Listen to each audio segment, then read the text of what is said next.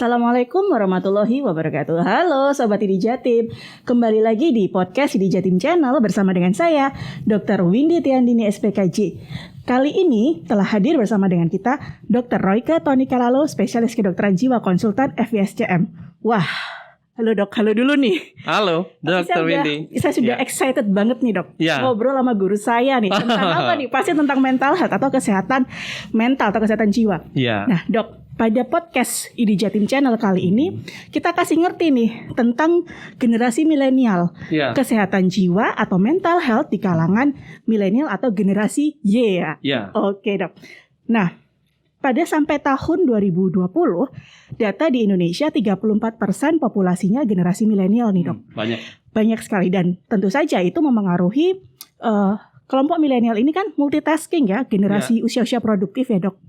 Di tengah teknologi yang meningkat, internetnya semakin cepat, tentu memengaruhi mental health. Nah, mental health sendiri itu apa sih dok sebetulnya? Kita menggunakan definisi mungkin yang lebih sering dipakai dari WHO ya, bahwa mental health merupakan bagian dari kesehatan ya, yang terintegrasi ya, dan esensial ya. Nah, kesehatan sendiri tidak bisa dipisahkan satu sama lain antara kesehatan fisik, mental, dan sosial ya.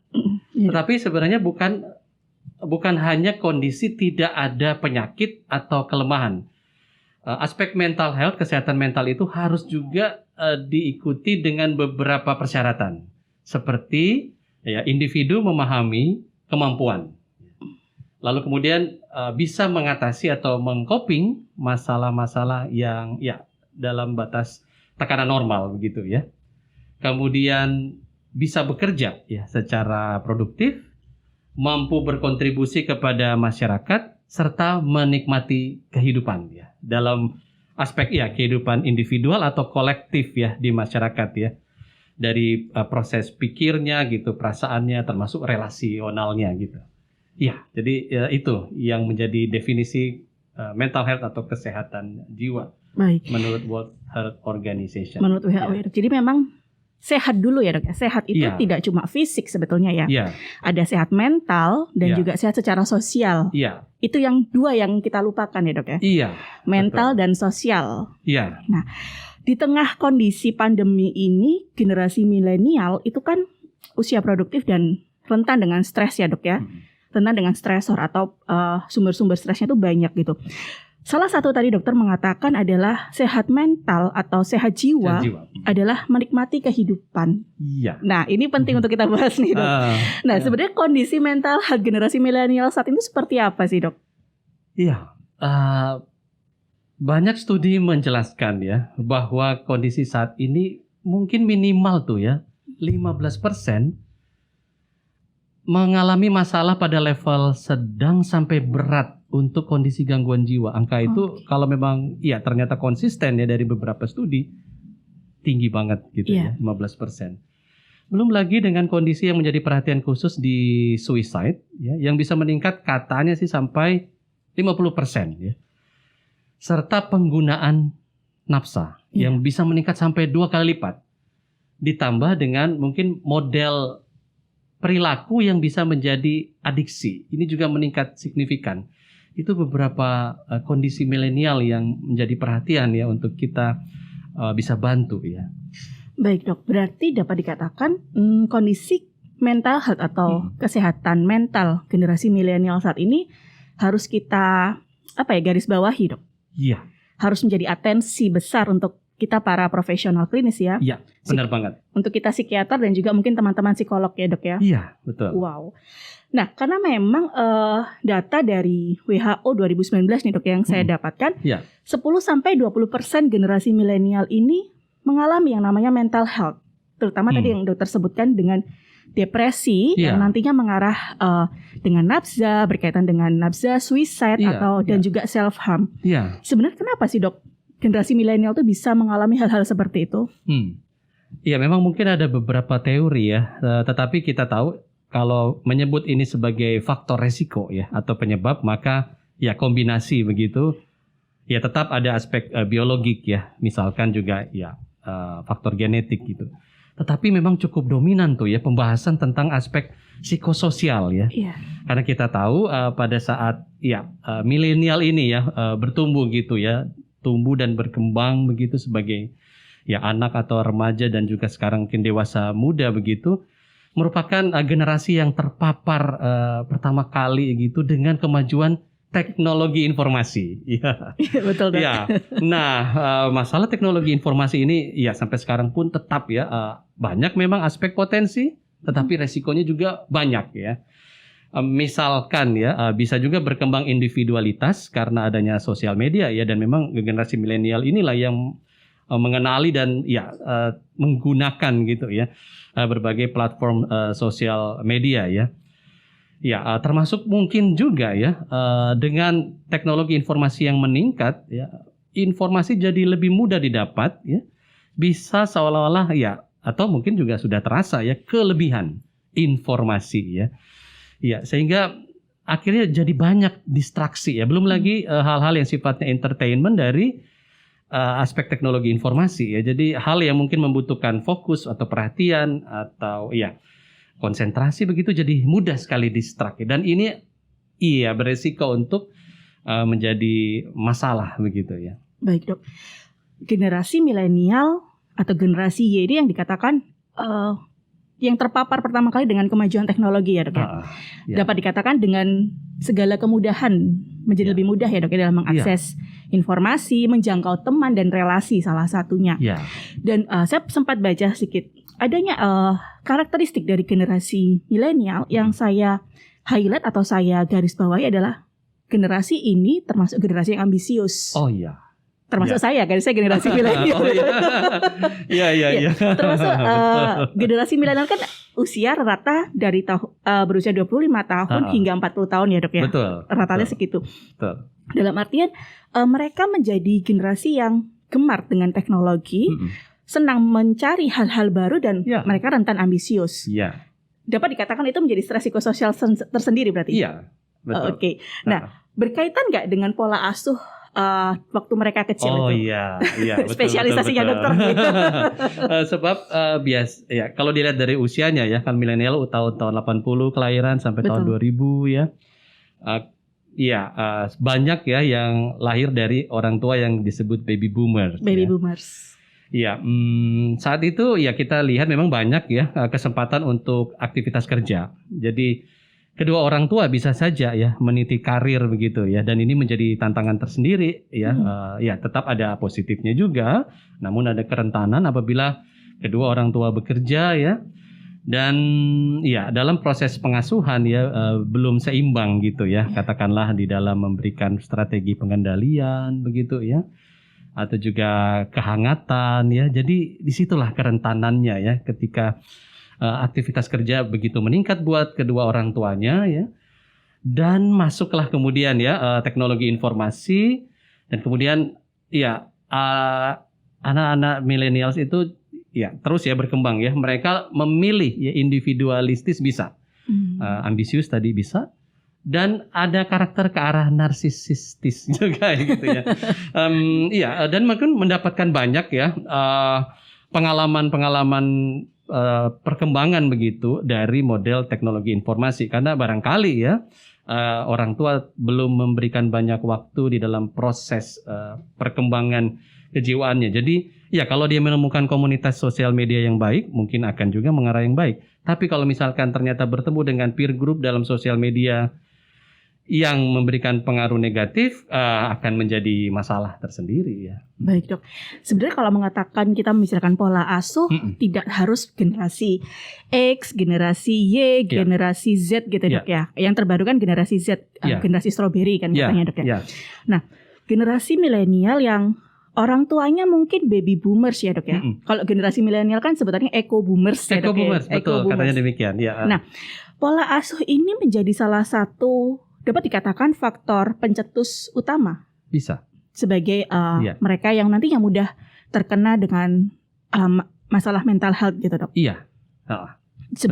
Nah, mungkin saran juga dok, generasi milenial ini kan juga beberapa pasti sudah menjadi orang tua kan, Dok? Oh iya. Nah, pola asuh seperti apa yang bisa mereka terapkan dengan mereka sendiri kan juga kesehatan mentalnya juga dapat dikatakan ya tidak bagus-bagus amat gitu loh. Iya. Seperti itu, Dok. Gimana? Iya, tetap ada ya potensi untuk setiap orang ya apabila menjadi orang tua ya untuk mengembangkan pengasuhannya ya. Bahwa pengasuhan sendiri merupakan proses belajar ya. Buat orang tua termasuk yang orang tua millennials untuk mengenali gitu dulu dia diasuh seperti bagaimana ya, termasuk dia coba merefleksikan apa sih yang terjadi pada dirinya ketika proses pengasuhan ya. Yang penting tetap berupaya gitu untuk mengupdate lah ya bagaimana model pengasuhan yang baik, yang umumnya yang sudah banyak studi adalah model pengasuhan yang otoritatif ya. Otoritatif ya, otoritatif. Jadi artinya balance ya antara kehangatan ya dan model strategi pengendalian ya. Karena ketetapkan ya sebagai orang tua harus punya ya batasan ya gitu atau peraturan ya yang diharapkan bisa membentuk kedisiplinan, resiliensi anak gitu ya. Jadi tidak sepenuhnya juga dibebaskan ya. Tapi di sisi lain tetap harus balance ya untuk menunjukkan kehangatan, perhatian, afeksi sehingga anak juga bisa berkembang emosionalnya. Nah, studi lain juga mengusulkan ya model pengasuhan yang positif ya. Ya memang mungkin serupa tuh dengan yang model otoritatif ya. Nah, tapi tampaknya pengasuhan yang modelnya positif itu lebih banyak memberikan dorongan untuk anak maju dan berkembang ya, serta sudah mulai meninggalkan hal-hal yang sifatnya punishment, apalagi punishment fisik gitu. Ya, itu sih beberapa tipe pola asuh yang saat ini berkembang ya, untuk bisa juga dipelajari oleh generasi millennials yang sudah menjadi orang tua ya. Baik, jadi pola asuh otoritatif ya, Dok, otoritatif. Bukan otoriter ya. Betul, ada yang otoriter ya yang lebih banyak mengendalikan dan ada yang permisif ya. Manjain gitu. Memanjakan. Tidak begitu banyak mengendalikan ya dalam arti positif gitu. Dan ada yang satu lagi ya, neglect atau memang ya hanya menyediakan kebutuhan dasar saja tapi perhatian, kasih sayang atau memberikan aturan atau batasan sama sekali sangat kurang. Baik, Dok. Jadi memang PR dari generasi Z generasi milenial, generasi Y ya, itu banyak ya, Dok ya. Iya. Untuk dirinya sendiri dan juga untuk keluarganya. Betul. Untuk generasi selanjutnya, iya. Tapi yang kita lihat kepekaan mereka terhadap kesehatan mental mungkin menjadi potensi yang baik ya. Iya, betul, Dok. Iya, untuk generasi-generasi berikutnya gitu ya. Mereka lebih aware gitu ya. Generasi milenial nih Dok ya? Kemajuan untuk teknologi dan tentang mental health itu mereka justru lebih tinggi dibandingkan generasi yang paling muda, generasi Z ya, Dok ya. Betul. Itu suatu bisa disebut ya model movement kah gitu ya. Yang awalnya kan aspek kesehatan mental itu terstigma ya, destigmatisasi, tapi kemudian sekarang menjadi perhatian ya. Ya memang ada resiko juga misalkan overdiagnosis, self-diagnosa gitu ya. Tapi kita melihat sisi baiknya gitu ya, bahwa pemahaman awareness ini makin meningkat ya, dan ini akan sangat baik gitu ya untuk menunjang kesejahteraan ya. Jadi aspek kesehatan itu mungkin sekarang lebih kita sering pakai well-being, kesejahteraan fisik, mental dan sosial ya. Baik. Nah, Dok, tadi dokter sudah menyebutkan ya bahwa generasi milenial memang rentan terhadap masalah kesehatan jiwa atau masalah mental gitu ya. Saya sempat melihat di situs WHO bahwa 2022 tahun ini berarti ya, Dok ya, 25% generasi milenial itu mengalami masalah di kesehatan mental. Hingga tercetuslah ada beberapa ya, tapi dua yang saya highlight, dua jargon dari WHO yang itu menjadi perhatian untuk kita para psikiater dan psikolog klinis gitu. Ada health shock ya. Terutama, dan ini sangat tinggi angkanya di kaum milenial gitu, hingga menjadikan deaths of despair atau perasaan putus asa hingga dia merasa dirinya mati. Bukan mati secara fisik ya, Dok ya, tapi mati secara tidak merasa sejahtera, tidak ada keinginan untuk hidup ini buat apa sih? Maju buat apa sih? Gitu. Itu menjadi hal-hal yang digarisbawahi oleh WHO karena meningkatkan tadi yang dokter sudah sampaikan, penggunaan narkotik, alkohol, gitu ya, Dok, hingga memicu timbulnya suicide karena depresi. Nah, bagaimana sih, Dok, cara untuk tetap waras atau well-being tadi ya, paling tidak untuk kita bertahan ya, mampu mengcoping atau mampu menerima stresor-stresor itu dengan baik gitu, Dok. Itu gimana, Dok? Iya, iya, milenial ini kan kekasannya karena ya mereka terpapar pertama kali dengan teknologi informasi ya. Jadi ya kecepatan untuk mempelajari atau literasi kesehatan mental mungkin juga banyak tuh kesempatannya ya. Tapi ada kendala juga ya ketika mereka kemudian mulai berpikir untuk masuk mengembangkan diri atau bekerja. Ya mungkin dengan teknologi yang maju itu otomatisasi jadi meningkat kan gitu ya. Bisa saja mereka kehilangan pekerjaan ya. Artinya di fase seperti sekarang ya selain mereka mungkin membina relasi, ini tantangan juga ya. Juga ada pekerjaan kan gitu ya.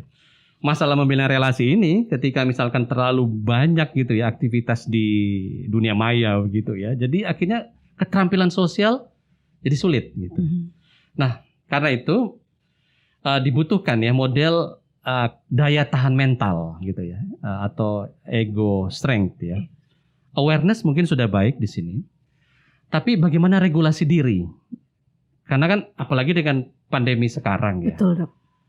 Ketika mungkin bekerja ya ada semacam kebanggaan gitu, tapi kemudian PHK gitu ya, dan harus berubah dengan cepat ya.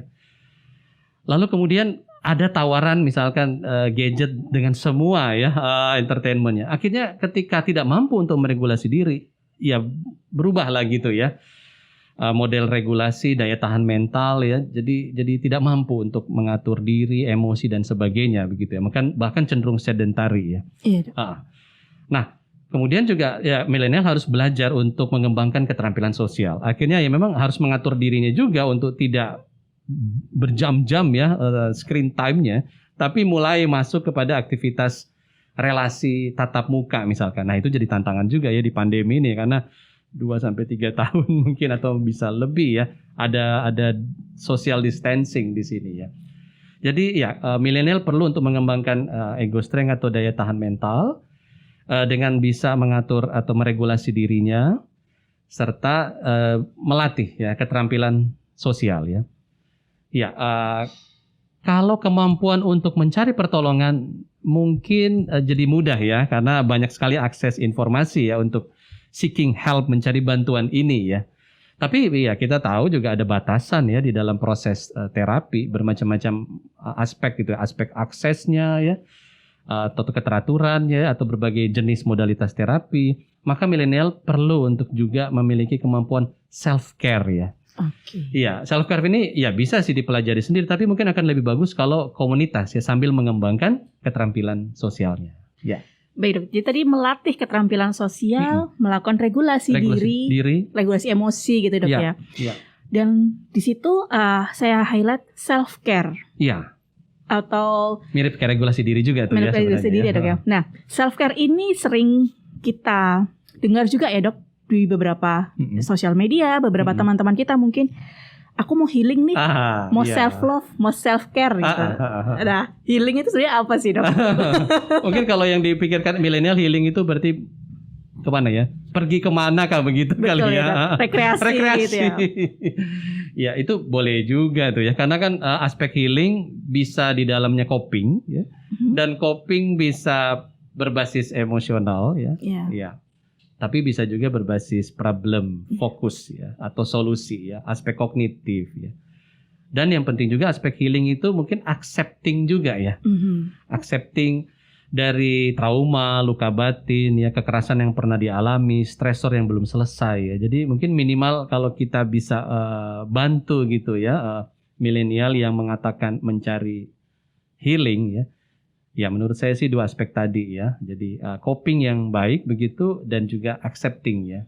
Kalau misalkan memang ada ya luka-luka lama ya, nyeri jiwani begitu ya, atau trauma ya. Trauma masa kanak, trauma masa kanaknya. Bahasanya sekarang ya, Dok. Iya, atau trauma dalam relasi gitu ya. Berarti salah satu cara yang paling sederhana tapi mungkin sering terlupakan dalam proses penyembuhan itu adalah accepting tadi. Iya, menerima ya. Penerimaan ya. Menerima bahwa kita pernah punya luka di masa lalu dan menerima kondisi saat ini ya, Dok ya. Bahwa ada hal yang memang kita bisa ubah, tapi mungkin juga ada hal yang kita tidak bisa rubah ya.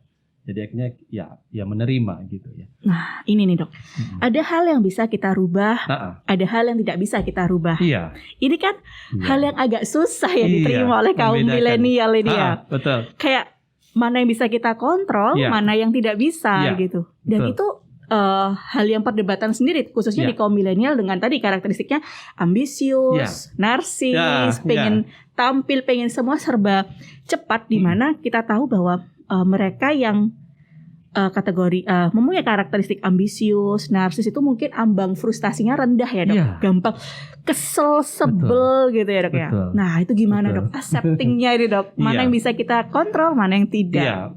Langkah sebelum masuk kepada proses healing yang acceptance ya atau menerima, tentu kita perlu untuk memotivasi begitu ya millennials untuk mempelajari kepribadian dirinya gitu ya. Kekuatan-kekuatannya atau potensi-potensinya ya. Jadi perlu sekali gitu ya untuk mereka mengenali gitu kecenderungan dirinya. Ya itu menjadi tantangan nih ketika millennials itu ya seperti narsis gitu ya. Sehingga ya proses mencari bantuan tampaknya penting ya. Artinya ya mungkin saja ada beberapa rekan-rekan milenial yang memiliki literasi sehat mental yang baik ya, yang bisa menjadi sumber informasi. Tapi tidak ada salahnya juga untuk masuk ke dalam sesi-sesi terapi ya. Tidak harus kan dapat medikasi atau pengobatan ya, tapi kan juga bisa ya lewat model konseling atau psikoterapi, tentu dari tenaga kesehatan mental yang profesional ya. Supaya bisa membantu gitu untuk mengarahkan ya hal-hal mana begitu ya yang memang perlu accept gitu ya, tapi hal mana yang memang harus take action gitu ya, atau dengan kata lain berorientasi tugas misalkan ya, atau mencari solusi begitu ya. Karena kita tahu ya milenial sering mungkin ya dikatakan ya mentalnya bagaimana gitu ya, masa dikit-dikit begini, dikit-dikit mengatakan katakannya seperti itu ya. Ya mungkin memang ada masalah yang sangat-sangat sulit ya, sehingga butuh bantuan untuk mendapatkan insight, pemahaman yang lebih dalam. Ya memang pada awalnya kan upaya untuk mengenali pribadi ini penting, tapi akan lebih bagus kalau terus ya mendapatkan insight atau pemahaman ini apa ya masalahnya misalkan ya.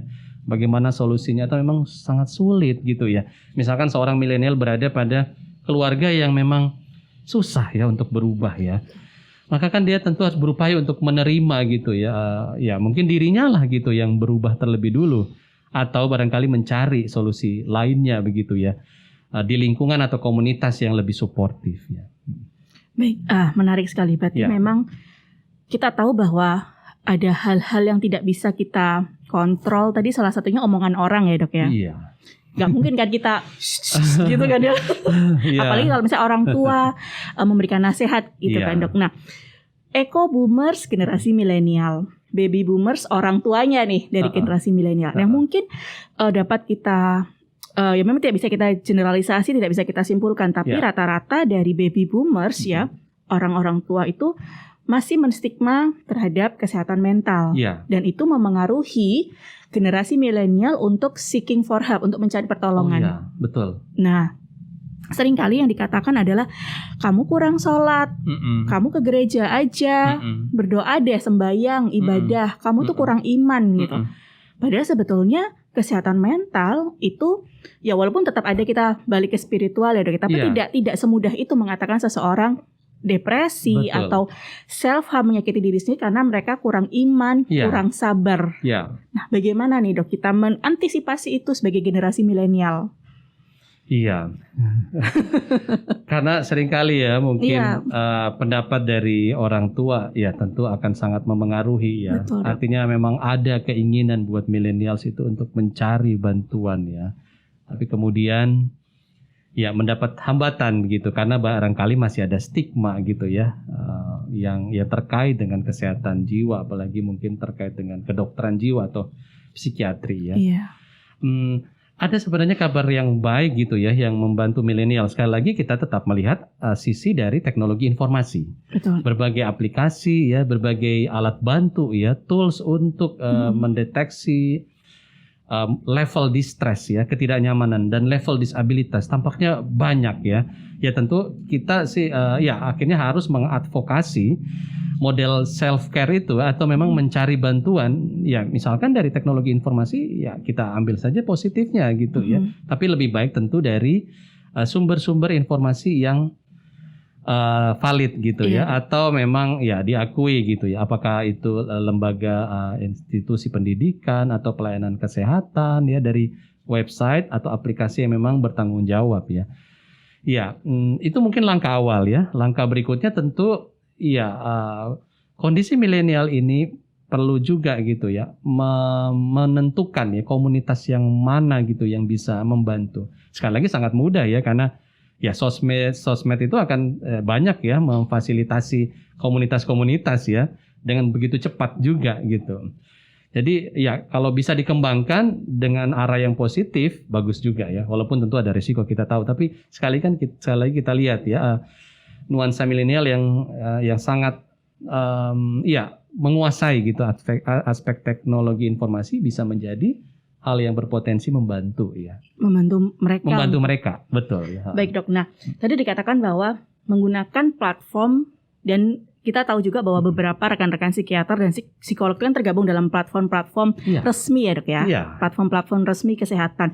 Nah, kapan sih kita harus mencari pertolongan kepada profesional, di sini psikiater dan psikolog klinis, bahwa kayaknya saya udah nggak sehat nih gitu. Kapan dok? Iya.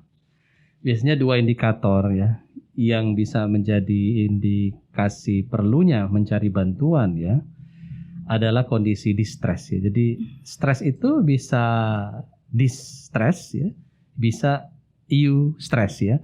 Yang eustress itu artinya stres itu berpotensi untuk mengembangkan kepribadian atau daya tahan mentalnya. Seorang yang ya perlu untuk naik kelas ya, dia harus menghadapi ujian misalnya kan, itu eustress. Memang pada awalnya ya mengalami ketidaknyamanan, tetapi kan tujuannya levelnya naik, kelasnya naik misalkan ya kalau sekolah.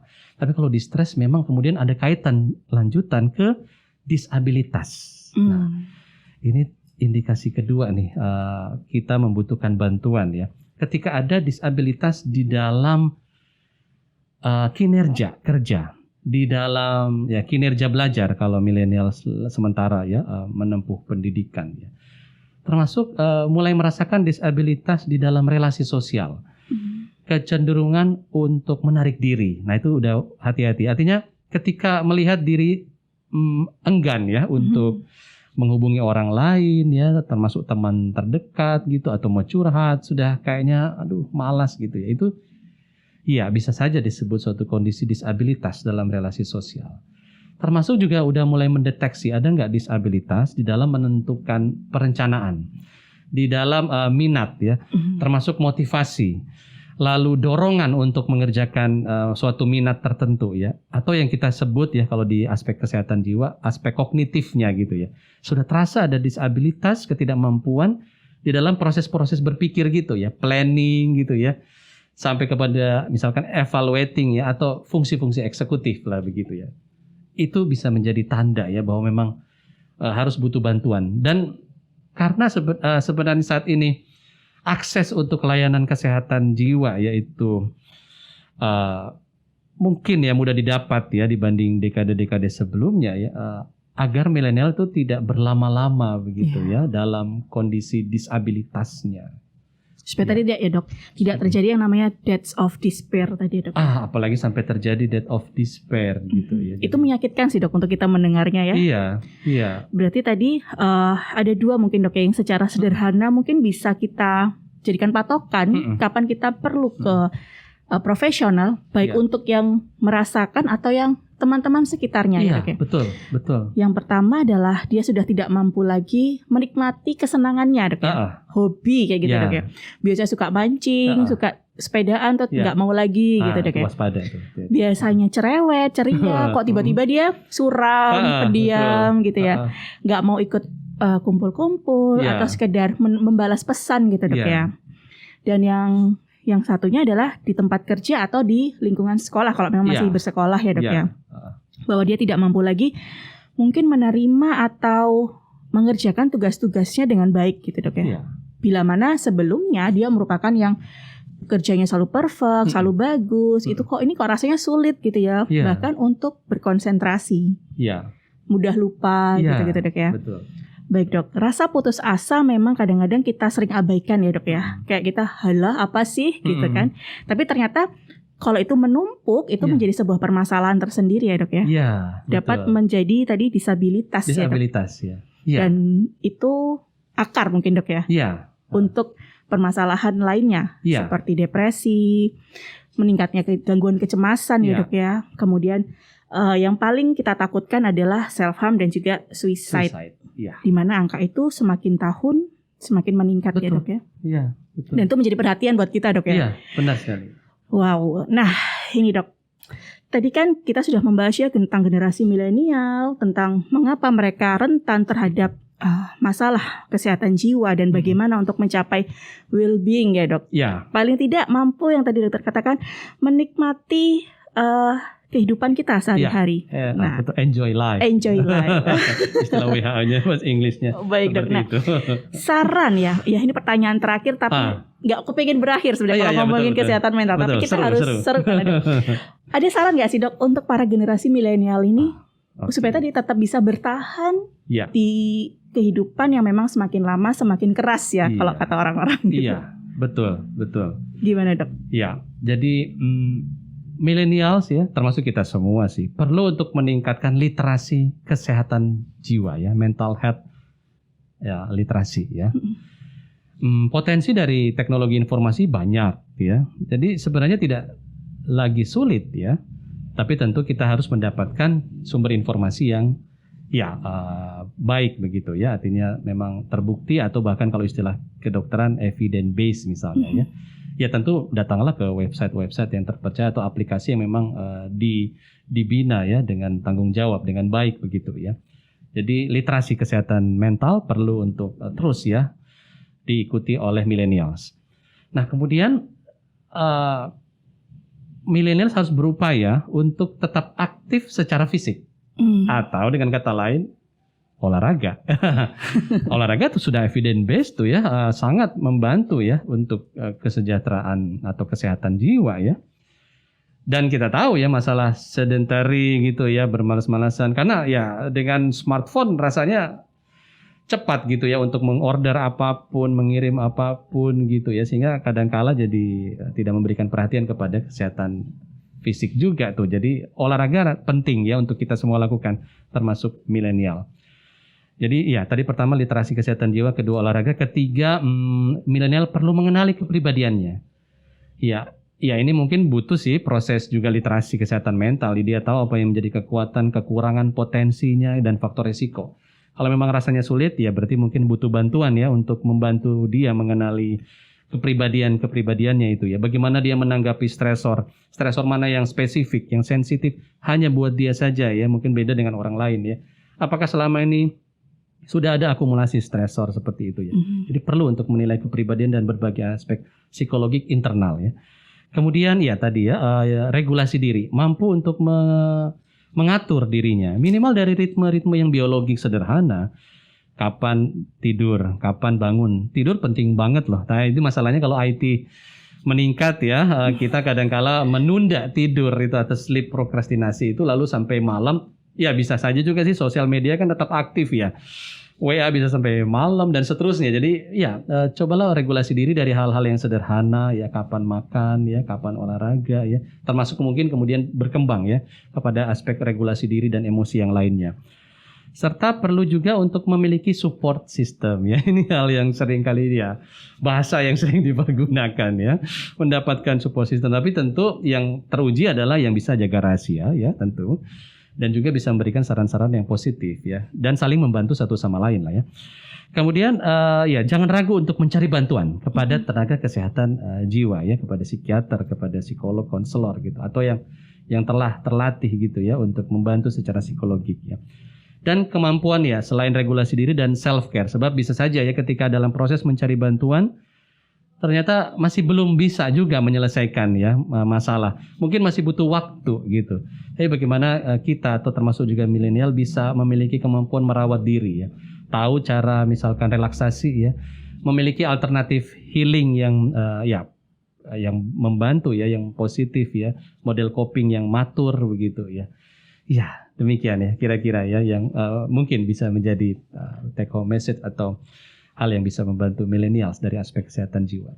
Wah, luar biasa sekali, Dok. Karena memang generasi milenial ini dari beberapa kasus dan curhatan teman-teman tuh seperti seolah-olah kayak udah nggak ada harapan lagi nih gitu. Merasa harapannya terputus, harapannya terbatas, tidak lagi mampu melihat adanya keterangan atau sinar terang dalam hidupnya. Dan mungkin itu dapat diupayakan tadi ya, Dok, dengan mengenali diri, regulasi diri atau emosinya, accepting tadi ya, Dok ya, menerima dan terkoneksi mungkin, Dok ya. Iya, betul. Di tengah pandemi ini rasanya kan kita kayak putus ya, Dok, koneksinya dengan orang lain, dengan sekitar gitu. Iya, betul.